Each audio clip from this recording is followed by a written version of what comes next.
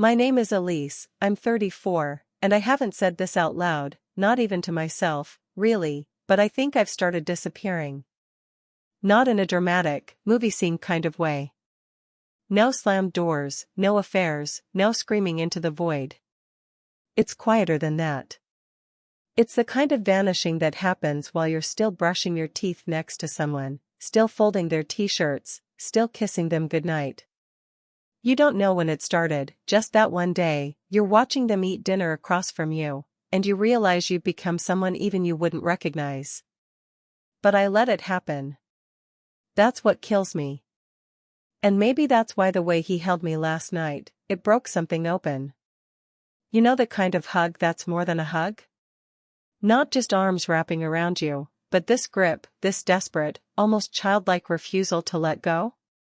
That's how Nate held me. Right in the kitchen, after a long silence. His arms wrapped tight around my waist, his face buried in my shoulder like he was trying to breathe me in. I stood there, stiff at first, because my body didn't know what to do. But then I gave in. I always do. I let him hold me like that. I let him need me, even though he hasn't seen me in months. Nate and I have been together for 9 years. Married for 6. And in the beginning, it was the kind of love you think you'll write poems about. He was magnetic, boyishly charming, the kind of man who made you feel like the world tilted a little when he looked at you.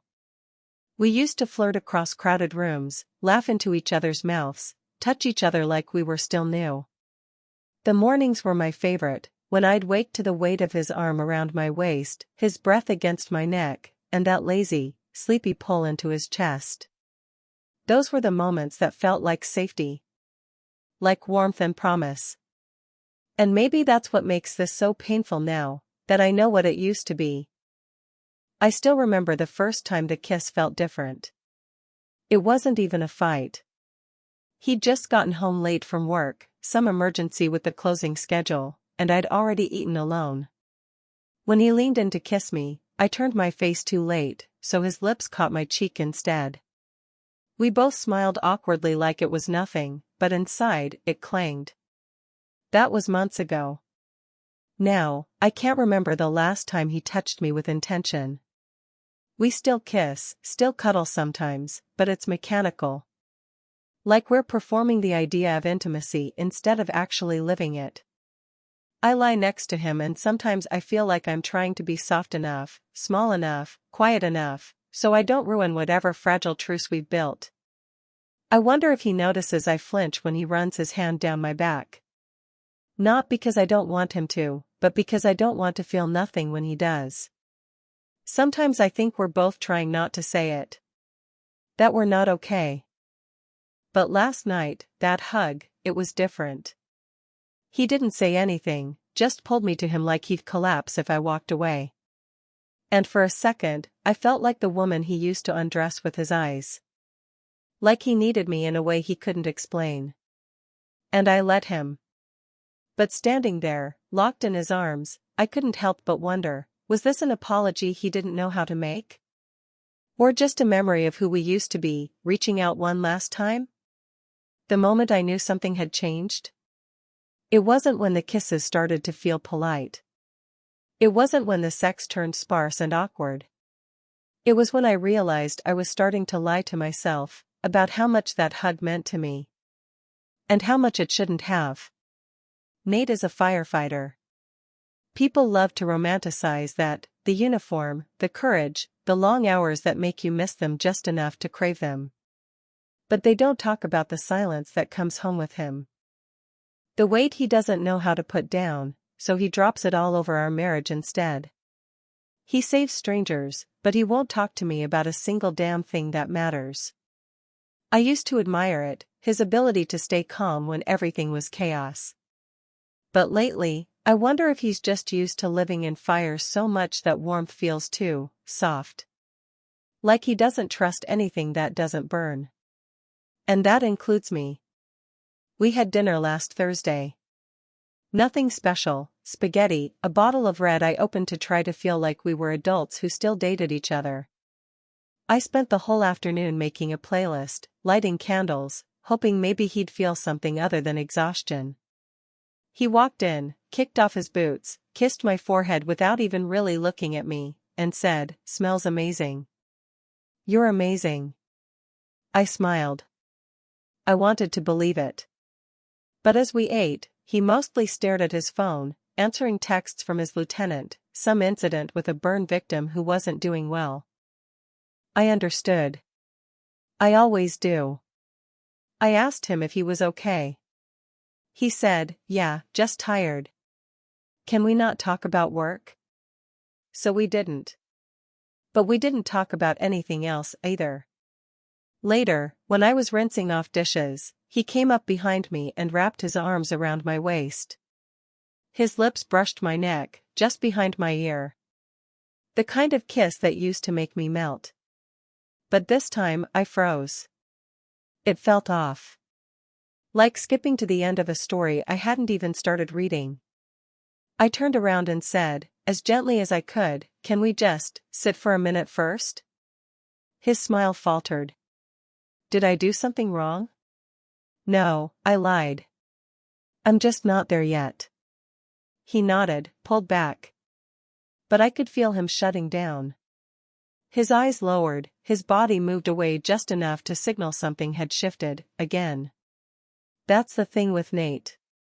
He shows love through touch, kisses on my collarbone, hands at the small of my back, always brushing past me in the hallway like he can't help himself. And I used to drink that up like sunlight. But now, I need more. I need words. I need eye contact. I need us, not just skin.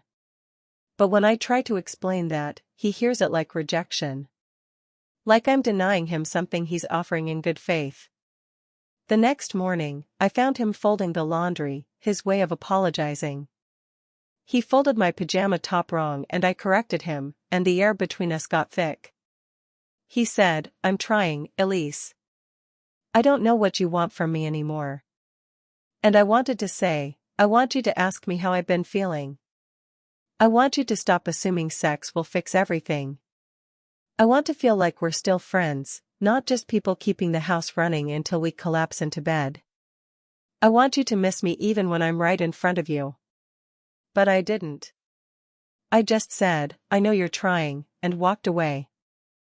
Because how do you explain to the man who risks his life for strangers that he's failing the one person who sleeps beside him? How do you say, your body isn't enough when your heart's not in it? We still have sex sometimes. He reaches for me in the dark, and I let him. I kiss him back. I arch the way I know he likes. But inside, I'm counting the things we never say. Every silence between us feels louder now. And afterward, when he pulls me to his chest and says, "I love you," I wonder if he knows I'm crying quietly against his skin. Not because I don't love him. But because I do, and it's not enough. It's not enough when I'm starving for closeness, and all he offers is skin. Nate walked in while I was folding laundry on the bed, the one thing I do now that calms my thoughts, piece by piece, like if I fold the corners tight enough, maybe I'll feel less unraveled inside. He tossed his keys in the dish, kicked off his boots, and came up behind me. His hands wrapped around my waist, slow, familiar. "You smell like lavender," he murmured against my neck. I froze. Not visibly. I don't think. But I went still inside, like something clenched and didn't release. His lips moved lower, brushing my shoulder. "You been waiting for me all day, baby?" His voice was soft, teasing. I wanted to smile. I wanted to turn and kiss him, let it feel easy and warm again. But instead, I felt my body stiffen, like a door I couldn't open. I forced a laugh. "I've been trying to get through this laundry, actually," I said, a little too brightly. He chuckled, kissed my cheek, and gave my butt a quick slap.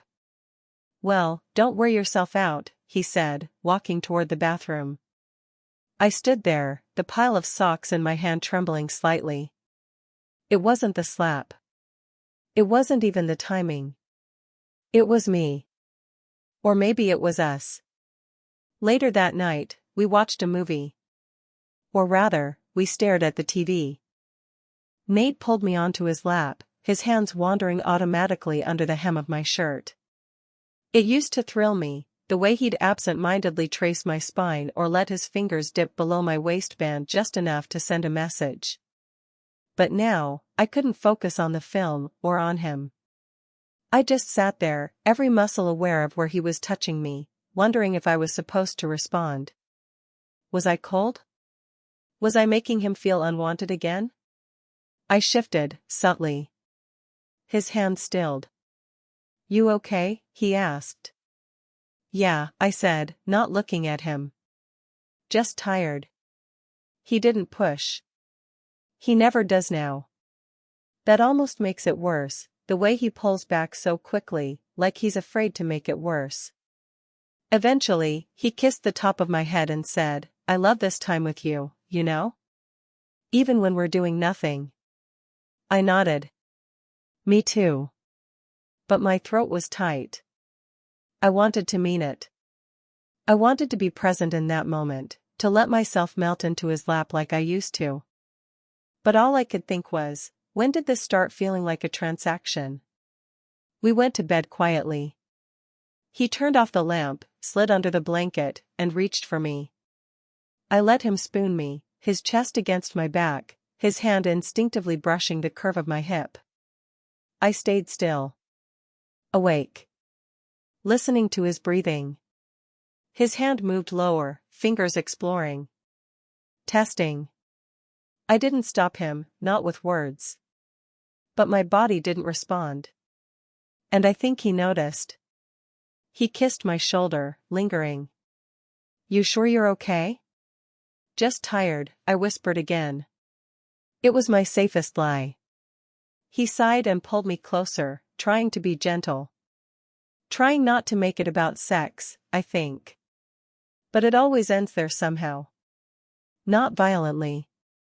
Not aggressively. Just inevitably. Like he thinks that's the only way to reach me. And maybe that's the part that hurts the most, that his idea of closeness has narrowed down to this one physical thread between us.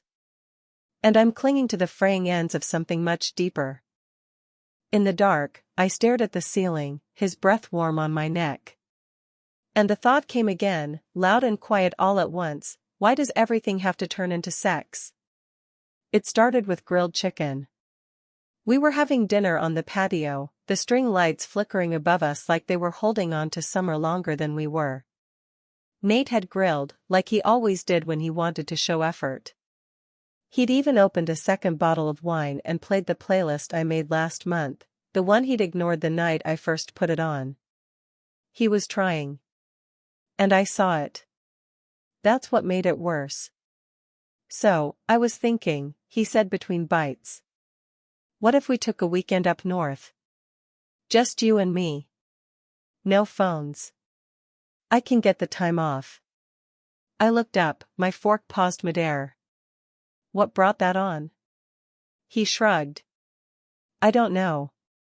Just thought we could use it. Recharge. Like old times." "Old times," I echoed, swallowing the lump in my throat. "Yeah." He smiled, hopeful. "Remember that trip to the cabin in Lake Chelan? You wore that big sweater I love and didn't let me touch you until I made you coffee first?" I did remember. I also remembered how we stayed up talking until 3 a.m., laughing so hard I cried. I remember feeling seen.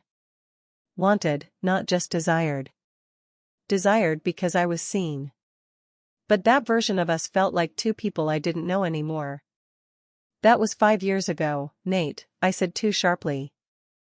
"A lot's changed." His smile fell. "Yeah, I know. But we could still, no, we can't just go to a cabin and pretend everything's okay," I snapped, the fork clattering against my plate. "That's the problem. You keep thinking if we have sex in a different zip code, it'll fix all of this." "Jesus, Elise," he muttered, putting down his glass. "I'm trying here." And I'm exhausted from pretending it's enough. The words were louder than I meant them to be. A few birds scattered from the fence. The hum of the neighbor's lawnmower paused. Or maybe that was just the rush of blood in my ears. He stared at me like I'd just slapped him. I didn't stop. I couldn't. I feel like a damn prop in my own relationship, I said, tears brimming now. You come home, kiss me, touch me, and it's like you think that's the full equation. But I feel like I'm screaming in a room where no one hears me. I don't even know what I want anymore, because I buried it under so much silence. Nate didn't speak. He looked stunned. Hurt. Maybe even angry. But not surprised. That was the worst part, he wasn't surprised. I hold you. I tell you I love you, he said finally, his voice tight. I don't know what else I'm supposed to do, Elise. I know, I whispered, breath shaking. That's the problem. You don't know. He pushed back his chair and stood. Walked inside. Just like that. I was left there, trembling at a table for two, next to a half-finished bottle of wine and two perfectly grilled chicken breasts we'd never finish. I didn't follow him right away. I sat there until the bugs came out, until the patio lights flickered and dimmed, until the food went cold. The fight rang in my head on repeat, not the words exactly, but the ache beneath them. I hated how I sounded. Angry. Ungrateful. Like I didn't see his effort. But I did. That was the heartbreak of it all. I saw how hard he was trying, and I still felt so far away. I remembered that hug in the kitchen again, the one that felt like a plea. His grip had been desperate, clinging. Like he knew he was losing me and didn't know how to say it. And I'd let him hold me like that. Because in that moment, I wanted to believe it meant something. But maybe it only meant we were both afraid to name what was already breaking. 2 weeks passed. No cabin trip. No late-night talks. No grand apologies. Just the quiet thud of Nate's boots hitting the floor at 11 p.m., the sigh he let out when he collapsed onto the couch, and the ever-widening silence that filled our house like fog. We were polite. Cordial, even. Hey, did you eat? There's more coffee if you want. Don't forget your jacket, it's getting cold out. But we didn't touch. Not even in passing. Sometimes I watched him from the kitchen window when he worked on the car.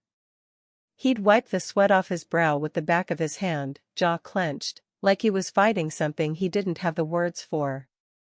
I used to be the person he came to when he didn't want to talk. Now, I was just another silence in his life. I missed him. God, I missed him. Not just his body. His presence. The way he used to light up when I walked into a room.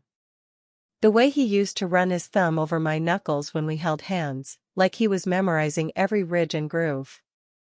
But every time I thought about walking toward him, something in me stalled. Like I didn't know which version of myself he wanted anymore. The sexy one who laughed at his dirty jokes? The soft one who cried at rescue dog videos? The woman who folded laundry and smiled through resentment? What if I wasn't any of those women now? One night, I heard him on the phone in the garage. His voice was low, tired. No, man, I'm good. Just working things out. A pause. Then, she's not the enemy. I just don't know how to reach her. I stood by the hallway, frozen. My heart cracked. He wasn't blaming me. He wasn't angry. He was lost. And that shattered me more than if he'd yelled. The next morning, I found a note on the kitchen counter. Out early. Shift change. Left coffee for you. I held the mug between my hands and just stared at it for a long time. This man I'd spent 9 years with, he was still trying. In the only ways he knew how. Even if they weren't the ways I needed. And me? I'd built walls so high around my pain I couldn't even remember what it felt like to open the door. It wasn't just about sex. It was about being chosen, every day, not just at night. It was about being known, even in the dark corners. And I'd convinced myself he couldn't do that anymore. But maybe I never asked him to. That night, I stood in the doorway of the bedroom, watching him sleep. He looked young in sleep, softer. One arm sprawled across the empty side of the bed, like his body was still searching for mine, even if his heart didn't know how to ask anymore. I wanted to crawl in beside him. I wanted to kiss the back of his neck and whisper, "I'm still here." But I didn't move. Because I didn't know if I was still here. Not fully. Not yet. The guilt sat heavy in my stomach. Not because I hurt him, though I had, but because I kept waiting for him to fix something he couldn't fix alone. We were both hurting. Both trying in broken, mismatched ways. And I was tired of pretending that wasn't love in its own wounded form. So I sat on the edge of the bed, looked at the man I still loved, and quietly asked myself the hardest question of all: do I stay? And try again? Or do I finally let go, before one of us forgets how to hold on at all? It happened on a Sunday afternoon, the kind where the sunlight slants just right across the hardwood, and everything feels like a memory before it even ends. Nate was in the living room, sorting through a drawer full of old mail. I walked in slowly, barefoot, holding a coffee neither of us would finish. He looked up, eyes weary but kind. Always kind. "Can we talk?" I asked. He nodded, and for a moment, neither of us moved. Then he stood, wiping his hands on his jeans, and sat beside me on the couch like we were about to watch TV, like muscle memory still wanted to make this easy. "I've been so angry," I began, staring down at my hands. "Not just at you. At myself. For how long I let things go unsaid." Nate exhaled through his nose, nodding slowly. "I know. I felt it too. I just didn't know how to reach you without making it worse. And I kept pulling away," I said. "I wanted closeness, but every time you touched me, I felt like I was being asked for something I couldn't give." He swallowed hard, jaw tightening like he was holding back words. "I never meant to make you feel that way." "I know," I whispered. "That's what makes this harder." He reached for my hand, his thumb rubbing circles across the back like he used to. It didn't spark magic. But it felt real. And gentle. And sad. "I think we stopped seeing each other," I said. "Not because we didn't care. But because we didn't know how to change with each other. You kept reaching for me the way I used to be. And I kept punishing you for not noticing I'd changed." He blinked slowly. "Do you think we can still find each other?" I hesitated. And that silence said everything. He nodded. A quiet acceptance settled into his shoulders. Then he leaned in and kissed my forehead. It wasn't a passionate kiss. It wasn't a promise. It was a goodbye wrapped in gratitude. A final gesture from the man who once held me like he never wanted to let go, and from the woman who finally admitted she was no longer asking him to. That night, he slept on the couch. Not out of anger. But because we both needed the space to mourn something we still loved, even if we couldn't save it. And from the bedroom, wrapped in sheets that still smelled like him, I whispered into the dark, "I let him go." And for the first time in months, it didn't feel like disappearing. You think love ends with screaming. With cheating. With some big, explosive betrayal that makes it easy to walk away.